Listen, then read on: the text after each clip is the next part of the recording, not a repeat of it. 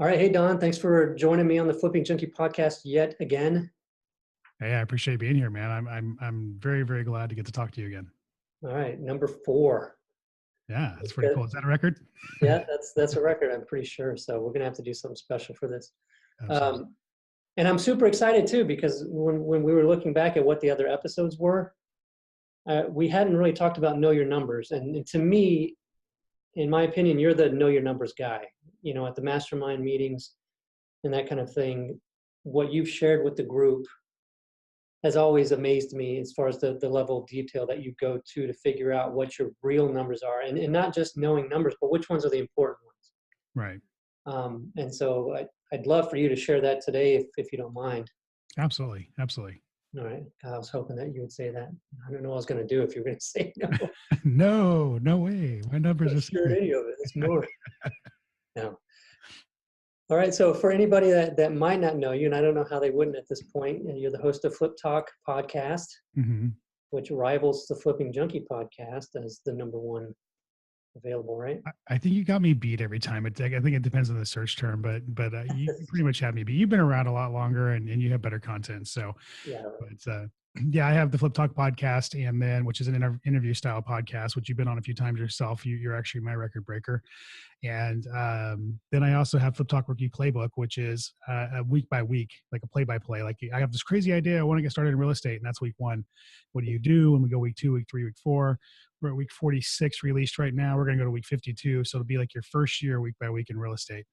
And that one has been a fun project to do. I don't know what I'm going to do after that one, but yeah. So I have two of them out there right now, and it's been really cool to put the content out there and get the interaction with the audience and see the results they're getting. Which one are you getting more traffic to? Still the Flip Talk because it's the original one. It's a couple years old now. Rookie Playbook is growing fairly rapidly as well, and I'm sure it'll end up probably beating it out. Rookie Playbook really, my co-host Ryan Shalaba is on. He is 26, I believe. He flips, he rehabs, and he runs a construction company internally. I rehab and wholesale. I run contractors, so we have different perspectives, and we talk it out, and we talk about real business stuff, real business struggles, real business strategies, and we lay it out there. I don't know how many people have come up and told me that that podcast is like legacy, or that podcast should be charged. We should be charging for it, because we really, like, we don't hold anything back. And so that's the one that, like, I think people get a lot of value out of, as far as, just real conversation about what we're doing every day. Yeah, that's awesome. Yeah. And so is it like a format of almost like a training course, right? Where it kind of covers everything Mm-hmm. in Yeah, pretty somewhat of much. order, right? All the way through. Starting from week one, yeah, we get into what to do to evaluate a market, and marketing and hiring, and we're at week 46 right now, so we're talking about, I think the last conversation we had was, if you have to fire somebody if they're not working out, we're getting into real business stuff. I've turned over two of my acquisitions reps in the last couple of months. I've had to part ways for various reasons, and we share that kind of stuff. So, and we're taking it to week 52. Like I said, it's going to be evergreen, and we're talking about maybe waiting 6 months and starting over again and just doing it and doing a number two version. So, because it's fun, it's like, the value I get, and I don't want to stay on this topic too long, but the value I get from it is it makes me think about my business deeper as I'm sharing it, and how can I improve my business. And I run back and I test some things and get results, and then I get excited about coming back and sharing those results again. So, Oh, that's cool. yeah. Yeah, I like that idea a lot. Yeah. I'm gonna have to steal it. Call it Well, maybe you and I can collaborate and do one together. So, I can tell you about all the stuff with software, all the things that I've learned on a weekly yeah, basis. right. It's been interesting, but anyway, yeah, it's a lot of fun still. Um, yeah, let's get into the number stuff. So, what exactly is knowing your numbers? I mean, what is that all about? So, anybody who has ever listened to me, if you haven't, I'll tell you who I am. I'm not a data geek. I want you to understand that I'm like anybody else. I'm kind of ADD. I'm all over the place. I have to do math with a calculator, even basic. If you want me to do, 20 times 100, then I actually have to stop and think about it for a second. Right. Um, my mind works. I'm a creative guy. And so everybody always told me for years to know your numbers. And I thought I did. Like, you know, I was tracking certain things, like how many calls did I get, how many of those things translated to leads, how many leads translated to appointments. But I really wasn't, I guess, anal about it till really last year, a little bit the year before and last year.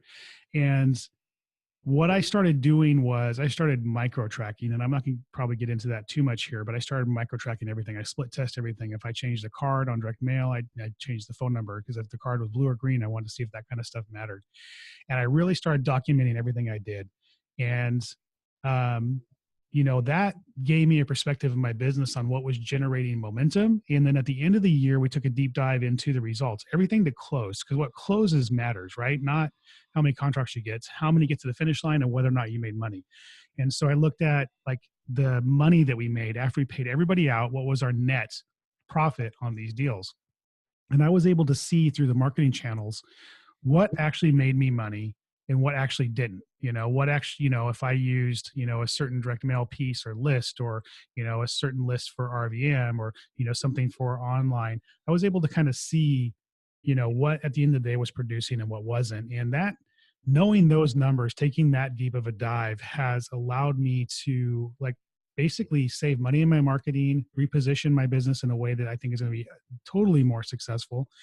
You know, we're locking up more contracts this year at a pace faster than we did last year, because we've really dialed in what's working and what's not, if that makes sense. So we got clarity. Knowing your numbers means having the crystal ball, having clarity, knowing what other people don't know in your market. Yeah, so that's incredible, and going real deep into knowing what all the numbers are along the way. Would you be willing to share with us kind of like your thinking from top level of like number of calls coming in, or maybe take one marketing campaign as an example and walk us through how you're going to analyze the results of that campaign? Well, and I'll use direct mail as an example in this particular conversation. So I did what we call, yeah, I guess it's split test. Like anytime you're going to do an experiment, you want to split test the data, right? You want to, if we're going to use, say we're going to use a green postcard with a certain message on it, and we're going to use this list and that list. Each list is going to have a different phone number for that card. So I know that maybe that one list produces better than the other, right? I want to see whether or not that happens. If we change the card, say we decide to use a Google Street View card, and we want to see, does the Google Street View card produce with each one of those lists at the same result as the green card did, or is it a better result, a different result? And we're not just looking at like how many calls we got. We're looking at, okay, what's the quality? Like how many, if we got 100 calls, off the green card, and only 20 of them were taking me off your list, whereas we got 100 calls off the Google Street View card and 60 of them were taking me off your list. We're looking at that kind of stuff, right? We're looking at those results. We're looking at, what translates into appointments. What's the quality of that appointment? Like we took a deep dive, how many of those appointments translated into contracts, and then what was our attrition rate? Like, I noticed that some of the things that I was mailing to had a higher attrition rate because they had title issues that couldn't be resolved. Like we did a tax default list in our market, and the tax default list produces great results in contracts, but it also produces a higher percentage of difficult escrows compared to other lists we mail to, right? And so we worked all the way through to the close, and then we look at, okay, what's the result? Like I had a list that I spent $20,000, not necessarily a list, but a split test on a list that I spent $20,000 on last year, 22,000 and change, that produced over $158,000 in profits. And then I had a list that I spent $23,000 in change on that produced me $18,000 in profits. How much in profits? 18. Oh, wow. So if you combine your marketing channel together as a whole, and you look at it as a whole, well, as a whole, my overall cost per lead still wasn't that bad. But when I start breaking it up in these split tests, I see that $111,000 went out the door and produced nothing on certain split tests. And there were several split tests that I made money on that if I were looking at it as a whole, I would think we're doing really, really well. But then breaking it down individually, I'm able to see, well, yeah, I made money on that list, but I also lost money overall, right? Yeah. And so I was able to really look at, like I said, the profitability on each list I was mailing to, the postcard variation. The postcard variation, I'm going to tell you right now for the audience, that doesn't matter anywhere near as much as the list does at the end of the day. I've heard that so many times, and I'm still tempted to think that it could matter. It doesn't. right?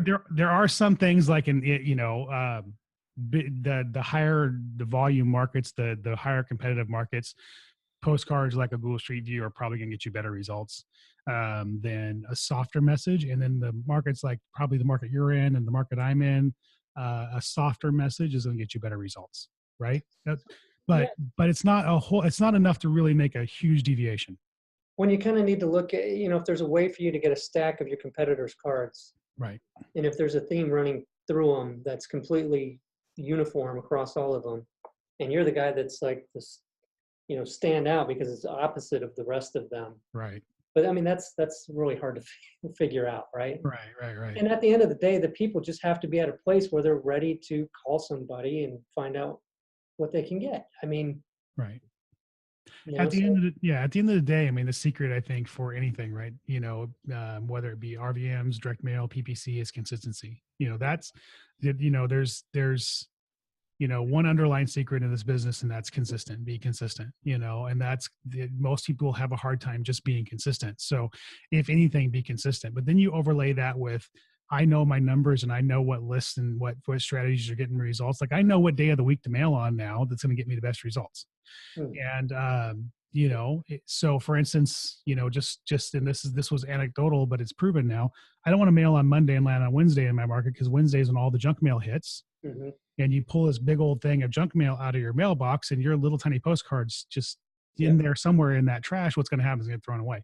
yep, So, I start looking, does that matter? Well, yeah, it does matter. So I don't want to hit Wednesday or Thursday in my market, so I start figuring those things out, and I start seeing the results through split test, and the data is the data at the end of the day. It really, really matters. And it tells you, it paints the picture for you. yeah. So, yeah. Yeah, and with the consistency, right? Like, so I've heard so many times, with sales, it's all about the number of times that your, what is it, touches or making contact or whatever. Right. And, it's like the seventh or eighth one is where the majority of them, produce sales. Like 80% of sales are from the seventh or eighth touch or something like that. I want to ask you if you feel like that's strictly because of the repeating a message from one person when it's clear that it's one person or one brand that's sending them over and over again, or it just happens to be that they either start saving them, or you're just giving yourself more opportunity to hit them at a time that they're now more motivated because something's happened between the last mailing and the next Well, when you're talking about the 7th or 8th touch, let me put it this way. In one. interactions, maybe that's true. Like if I'm a door-to-door salesman or I'm selling copiers, maybe the 7th or 8th time I visit you is where the transition happens, because I spent that time building rapport. Like when I was door knocking, for instance, I never closed you per se on the first visit. It was always, 3 or 4 or 5 visits in when I closed you. And I would say there's probably some science looking back onto it, as, I closed everybody around the 5th or 6th time. And that was personal interaction. Postcard, there's no truth to it at all. Like, and RVMs, the data's still out for us.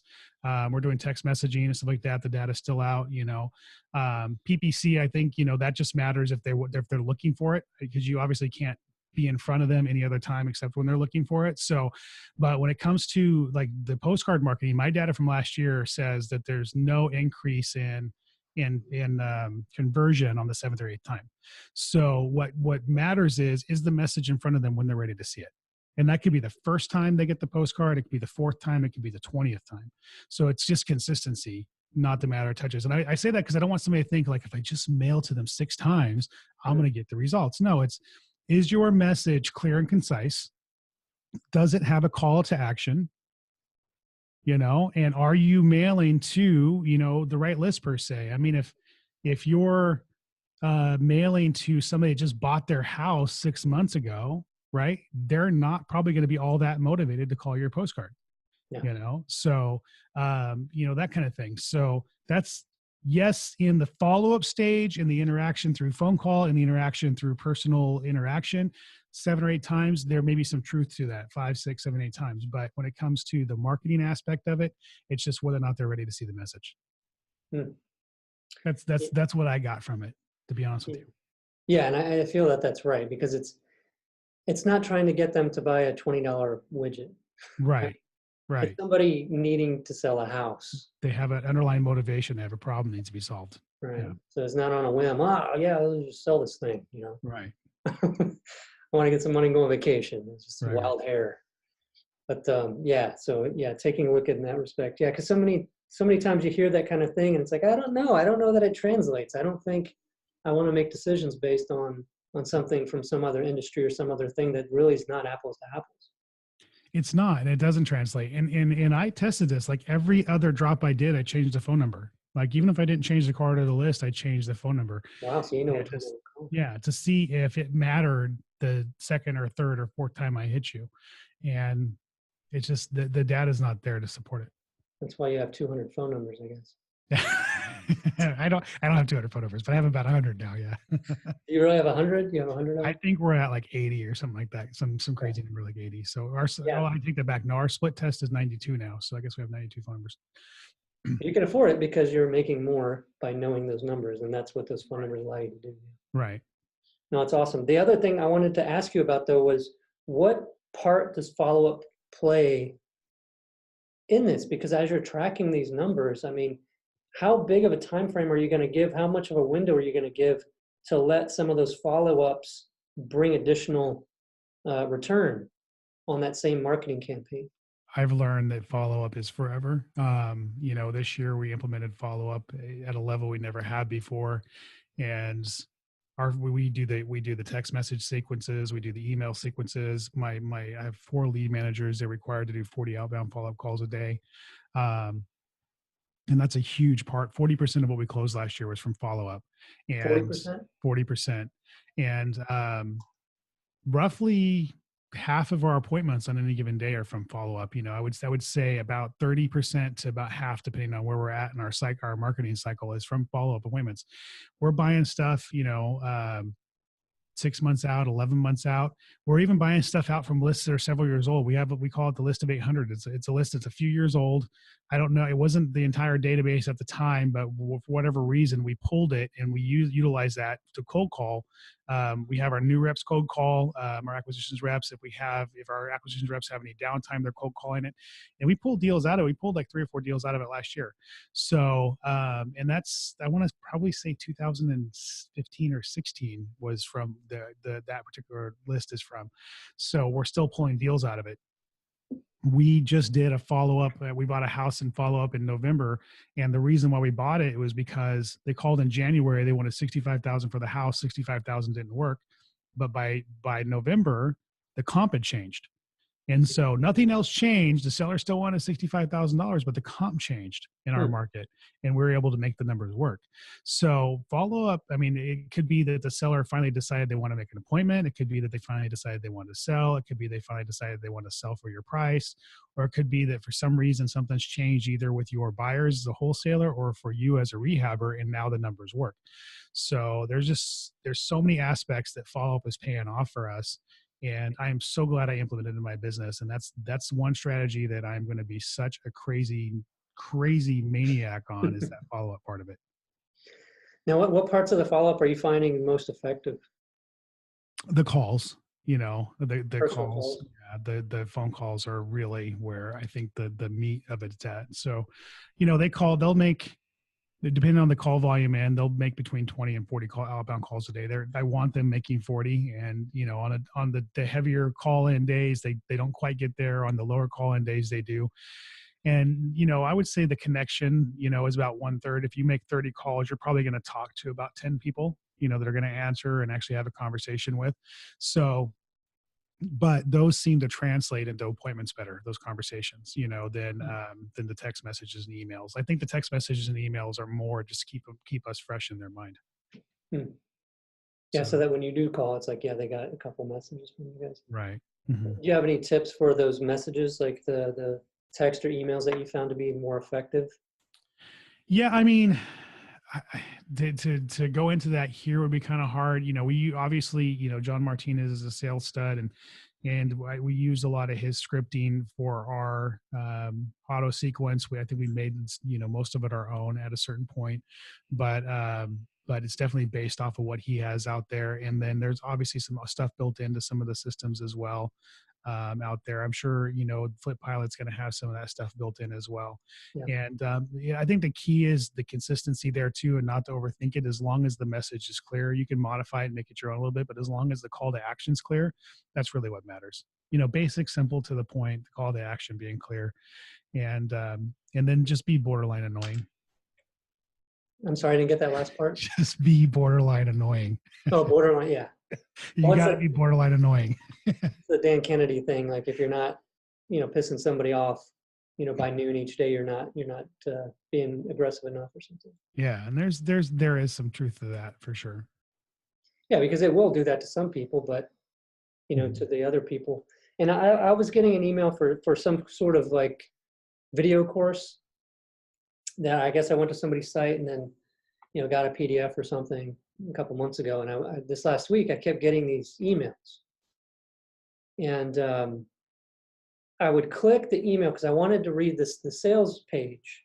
Right. So it went into another tab, but I never read it. Like I was just busy with other work, and I never got to that tab. I had 50 other tabs open.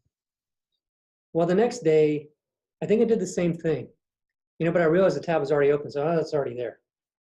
And I still didn't get to it. Well, the next day I got another email, it's still the same stuff, and he just like hit me 3 emails in a row, 3 days in a row.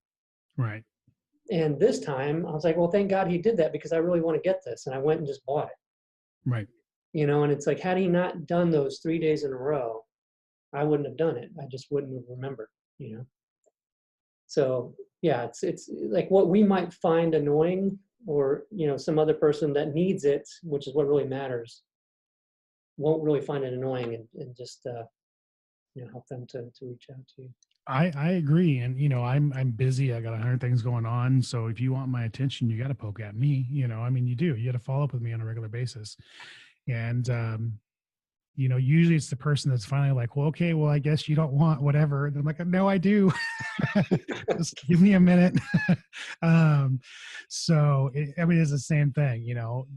Look, we got 9,000 plus calls last year, and I don't think all of those were unique. We had 4,050 that were considered leads. We had 2,089 appointments, and then we closed 139 of those on our own. The rest of the deals we did through wholesalers and different stuff. Wow. Like that. So the or 138 of those. Anyway, the things I know about that are, one is, I would like to see my you go through those 9,000 calls and see if some of those were leads and not counted as leads. Go through those 4,000. I know that we got 50% appointment ratio to our leads, which I think is pretty good in the industry, but that was because of follow-up, so I don't think there's a whole lot of change there. Obviously I'd like to see improvement. Where I'm looking at is, our contract to appointment was less than 1%. Or less than 1 in 10. I apologize. And I want at least a minimum of 1 in 10, assuming that some of the appointments are going to cancel and some of them are garbage, right? Some of them are just, they're just kicking tires. So I want at least 1 in 10. So I'm off about 27% from being 1 in 10. Imagine how much better my business would be right now monetarily if I could increase my business by that 20 something percent, and get that 1 in 10. So knowing your numbers helps me see, okay, where can we make improvements? Where do we want to drive the team? Where do we want to drive the process? Do I need to dive in and see if we could be closing more? That kind of thing too. So it's telling me where to market, how to attack it at a cheaper price to get better results than we did last year. It's telling me where I need to add some strength in my organization. I can improve, because we're trying to do more with less, right? We're trying to get more money and spend less and with less people. So, I want to improve my business by about 25% year over year by producing basically the same numbers. And that should increase my deals by, 30 something deals in the year. My average profit on a wholesale is 20 grand, and do the math. I mean, that's pretty significant. Yeah, no, that's amazing. And most of the focus is always on, well, we need more deals. So that just means more leads. But it doesn't. It needs more follow-up. It needs better, better closing, practices, maybe they're getting the rehabs wrong. Maybe they're over inflating the rehabs and are offering too little. Where are we missing steps in our process that we can make improvements? It's not just more leads. It's follow-up, it's follow through, it's making sure your team has all the tools and information to make the right decisions for you. Are we assigning things to buyers that get to the finish line and they're not closing? Where can we fix things internally to improve the results. And knowing your numbers helps you kind of see all of that. So when would you suggest new investors, new flippers, start tracking their numbers? I think they should start tracking them from day one. I think you should have a CRM from day one. You should start tracking your numbers. One is because the practice does not hurt you in any way, shape, or form, right? Getting it, it's something you're going to have to learn to do. It's a habit you're going to have to get into, and it doesn't hurt to get into it early on. Number one.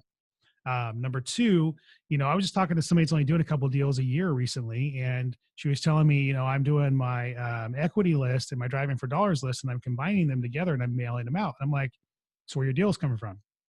You're getting deals from her, right? She's like, yeah. I go, is it coming from your equity list or your driving for dollars list? Well, I don't know, so you could be, the equity list could be totally no money coming in, and all of it could be from driving for dollars, or it could be from both, or, you want to know that.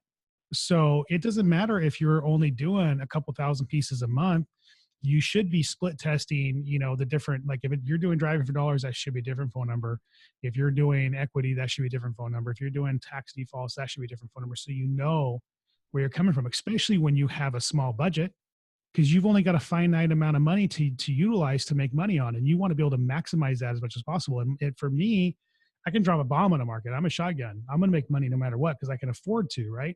When you're first starting out, you got to maximize the return on every single dollar. So knowing your numbers, I think, is even more crucial for you.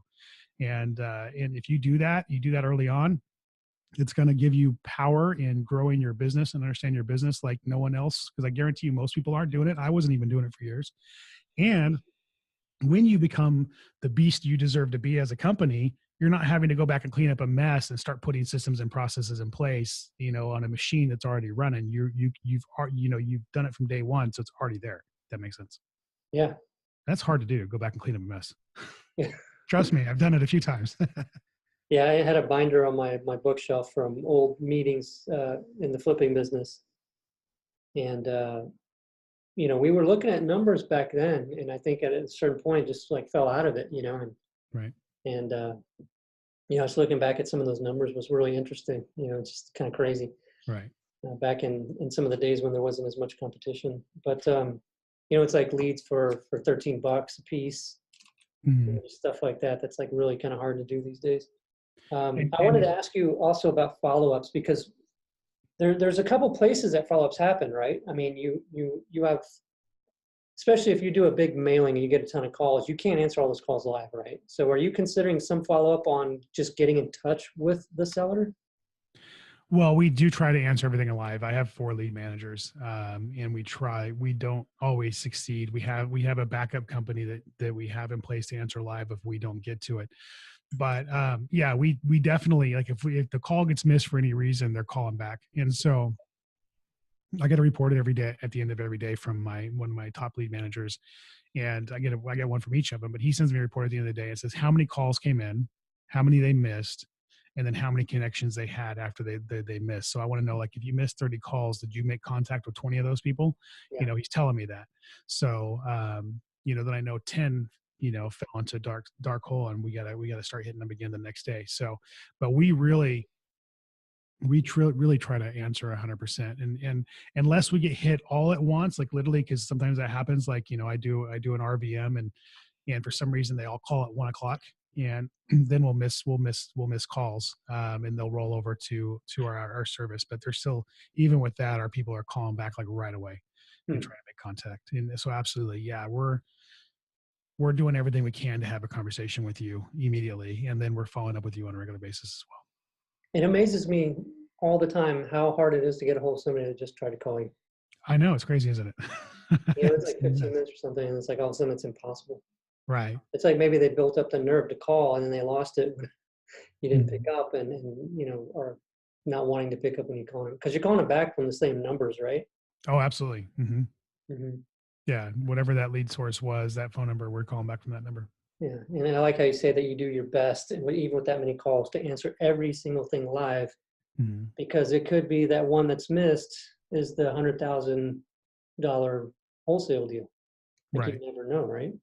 Right, and then so much of your competition. I mean, I don't know how many times, because with the masterminds and different things like that, I'm flying all over the country, and I'll be, Ubering or something from one place to another, and I'll see a bandit sign and I'll call it. I don't know how many times I call a bandit sign and never get a call back. Hmm. Or, somebody sends me a postcard and I call and get a voicemail and never get a call back. So pretty much every time I call a bandit sign, a postcard, or, any other marketing channel from any competitor in my market or any other market, I get a voicemail. And then I would say probably 1 in 10 actually take the time to call me back. And it's not like I'm saying, hey, I'm this person, blah, blah, blah. I'm like, hey, I got a home I want to talk to you about. I play the part, right? Just to see if they're going to call back. And it's amazing um, whether or not they do. And then sometimes it'll be a week before they call back. So if you're answering live, I mean, it's like, especially with PPC. I mean, you gotta either answer live or call back within a minute. I mean, that's because they're on the next one. So to be competitive in today's market, with as fast as everything moves and everybody's short attention spans, you got to be on top of it. Oh yeah. Yeah, that's crazy. I was just imagining myself when I was taking those calls and being frustrated, sometimes having to take them. It's like, but how many operators like are out there that people think are their competition doing the same thing, and it's really level of competition in a location is probably not nearly what anybody thinks it is. Right. Um, and this gets into sort of the mindset thing too. And I don't know, I'm sure we've talked about it before, but when people get into slumps sometimes, it's all because of the beliefs, right? And their faith in getting more. It's like they're just thinking in terms of it's hard, and so it's gonna be hard because they've gotten to this thinking that they just can't get a deal. Right. And turning that around and saying, why am I thinking that? Nothing else has really changed except for the way I'm feeling about it. And it's just one of those weird things. Maybe it's just like a spiritual kind of thing, but that guy found that that's always been the case for me. Like when something's not, it's usually because my mindset's got screwed up somewhere.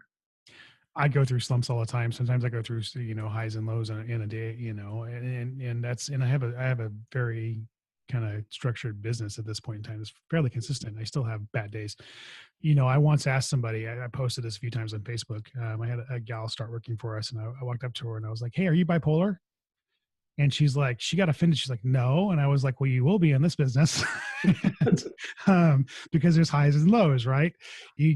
Sometimes it's that you send out marketing and you don't get as many calls as you thought. And then the next day, a bunch of calls come in, or you have a deal on contract, but it has a title issue and doesn't work out. Or, you have a deal in contract and you make more than you expected. I mean, there's just so many things, positive and negatives, in this business, on top of the fact that we're humans, and all of us humans have, we don't always have the greatest sense of security, right? In anything we do, we have self-confidence issues and, imposter syndrome and everything else. So do we deserve to make the money this easy? All that kind of stuff goes through our head. And I think that's real and relevant and needs to be acknowledged. And it is hard sometimes.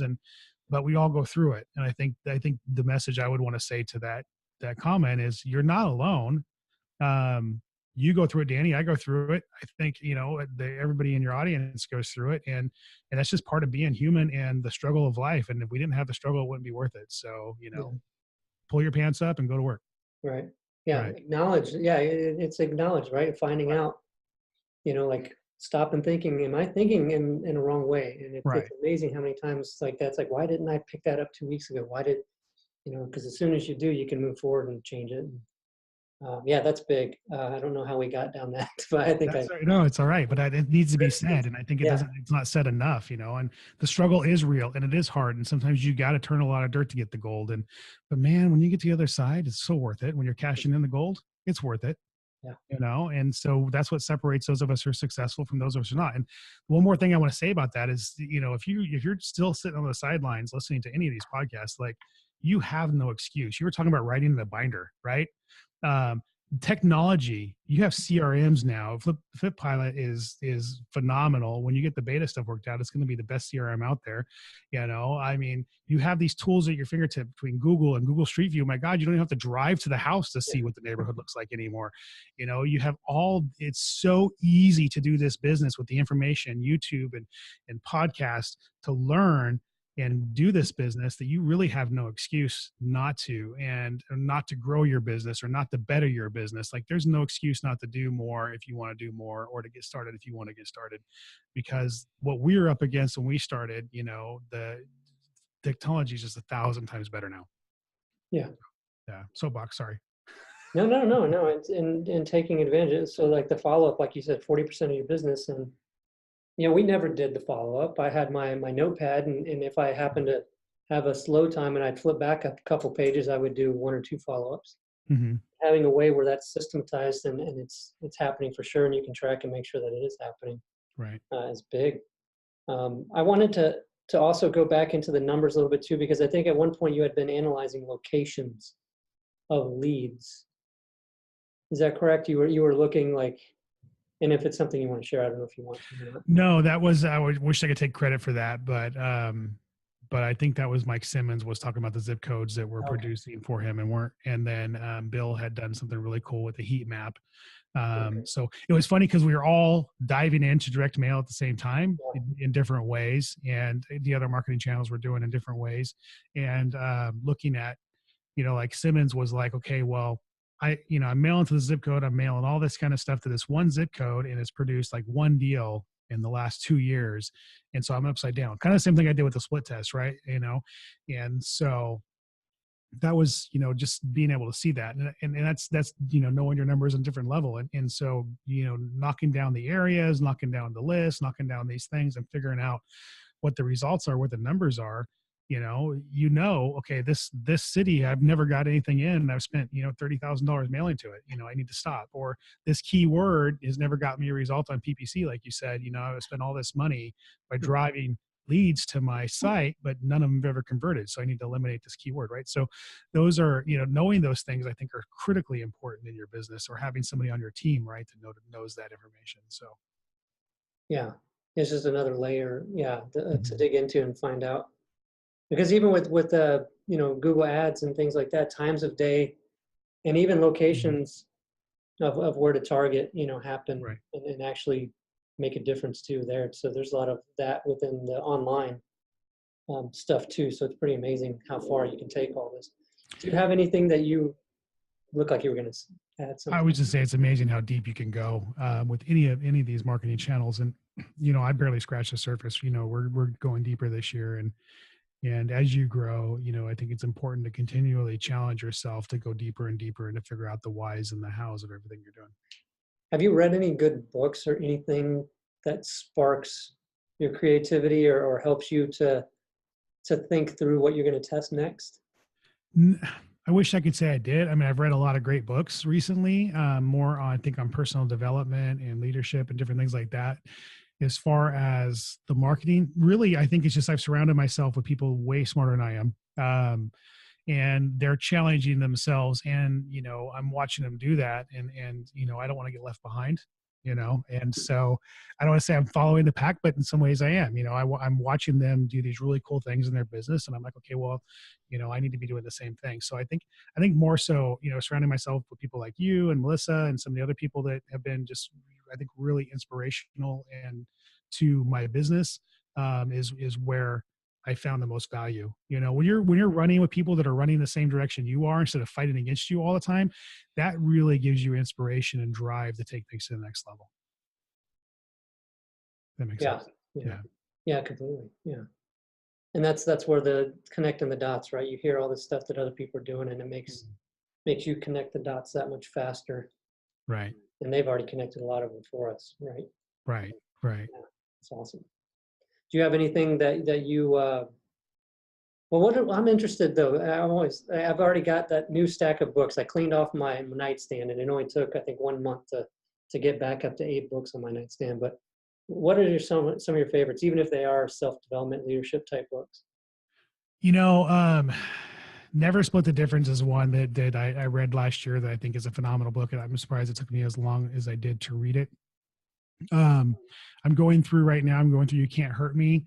That is, if you're not open to profanity, then that may not be the book you want to listen to or read. But I think it's a great book, especially the audio version where they have the collaboration. The Gosh, the leadership one by Jocko. He's got two of them out. Both of them are good. Um, Good books. So, and then there's just, yeah, I'm constantly on Audible. And the funny thing about me is, like, I don't finish a book. Like, I'll listen to a few chapters and I'll move on to the next one. I do this circle until I finish a book. So, I'm Oh, constantly doing that. Hmm? all on Audible while you're all on driving? Audible. Yeah, you know, and it like for again, just the way I'm built. Like if I sit down and try to read a book, I'll get about 2 paragraphs in and I'll be snoring.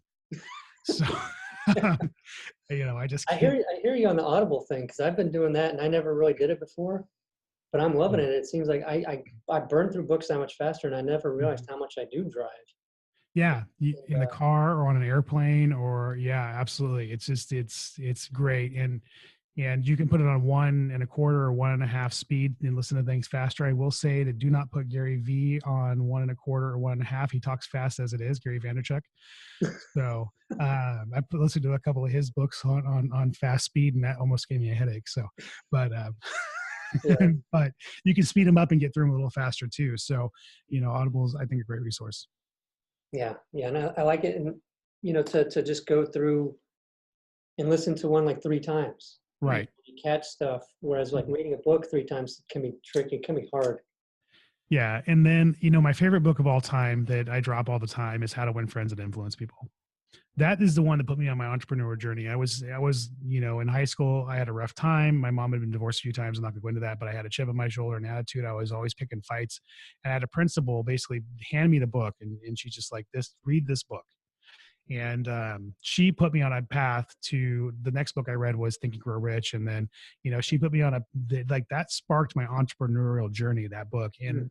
there's so much about how I interact with people today and how I have my sales strategy when I was doing, you know, door knocking and acquisitions for my company that came from How to Win Friends and Influence People. And so it's a dated book. Yes, but it's so relevant even in today's world. Like that is definitely a book that somebody needs to sit down and read and really, you know, take the concepts of it to heart because it is, you know, it really talks about coming from a position of service in any relationship you have. And there's a lot of power in that. And then of course, you know, how to interact with people, make them like you and all that kind of stuff on top of that. But it's just there's so many good lessons in that book. So that by far is one of my favorite books. And I'll always recommend that one. Yeah, well, thanks for sharing the story too. I mean, that's really interesting that the book really kind of Mm-hmm. started you down that path. It makes me think, and I'm sure they have probably editions for kids now, and it'd be great to even if you can get teenagers to read something like that. But Right. you know, just giving it to other people, just realizing that that could make that big of a change in you and how many other people. No, that's maybe something I want to do. Yeah. Um, that's really cool, and that's Dale Carnegie, right? I mean, that's Mm-hmm. the Dale. Absolutely. Mm-hmm. I took that training, what, 2 years ago? You Man, took time the speaker flies. training. Yeah, it's crazy. But yeah, they do the courses around the country too, where you can do like an 8-week course, like one night a week, and you go in there with another group of people, and they'll make you do things that you don't want to do as far as getting up in front of people and talking. Right.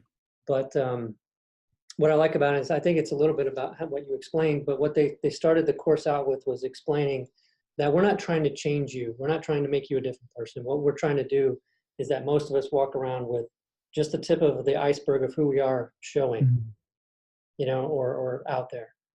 And Right. the object of that course is to receive that water so that more of you is actually being lived. And that's a really big message, you know. No, agreed. The Godfather of personal development, right? I mean, that's essentially who he was. So, you know, I don't know how you were with the microphone. I was terrified of a mic. This is totally off tangent, but I know both of us were terrified of public speaking. Hmm. You know, and now we've both been on stages in front of hundreds of people. The last 2 times I've seen you on stage, you have seemed extremely comfortable and done very, very well. And you know, it's part of just tapping into the abilities that we're scared to tap into, right? And that's part of that, you know, going below the iceberg, you know, and being the best version of yourself. And so personal development's huge for me. Pushing my limits is huge for me, you know. So and again, surrounding yourself by people who are doing the same thing, right? The same struggle. And I encourage people listening right now too, if you've in the past you've done those things, you've read those books, Mhm. reread them and really evaluate yourself at this point, because I've recently started really looking at that again and looking at myself again. And I had done a lot of that at the beginning in this business and different points throughout it. But and I think I was at the point where I was feeling like I've gone through that. Yeah, I've done that. I've had that growth. Right. But that never ends. Like, and if you're thinking it's ended, take some time after this, after listening to this, and just think, have I grown as much as I want to? And I hope the answer is no, because, No. you Yeah. know, that's what life's all about. And we see different things. Like you said, you listen to it a second time and you see different things. What I would get from How to Win Friends and Influence People today is going to be different than what I got when I was, 15 or 16 and read it the first time. The message is going to resonate differently. The moral of the story is going to probably be different, to me, and mean different things. And so, and there's value in that. Yeah. I always worry about telling the same story over and over again, right? My origin story, of losing everything and having to rebuild. But I don't know how many people ask to hear it again, Mhm. the story. And so there's just, you hear something different each time you read these things, and you're right. Go back and sometimes, challenge yourself to retackle something again. Yeah. Yeah. Well, this has been awesome. And I've liked every bit of this podcast, and especially the end, because it's the part where I think, we got a little bit more real, and Right. it's a real good part of it. So I love that we had this conversation. I think maybe it took four interviews on the podcast for us to go down it, but I don't know. We do that kind of thing. Anytime you So want to get raw and real, just let me know. yeah, we'll talk after this. Yeah. No. So if anybody out there listening though wants to find out more about you or contact you, where should they go? You can find me, I have the Flip Talk podcast. You can find me at fliptalk.com. You can also email me at don@fliptalk.com. I do respond sometimes slowly, but I do respond to those emails. I'm all over Facebook, everywhere. And I got a ton of content out there. It's all free. I'm not charging anything. So And check it's it out. all very, very, very good Yeah. stuff you won't really find anywhere else. So check it out, or else Or else. I'll stop podcasting myself. All right, Don, thank you so much for being on the show. All right, buddy. Thank you. All right, we'll talk soon.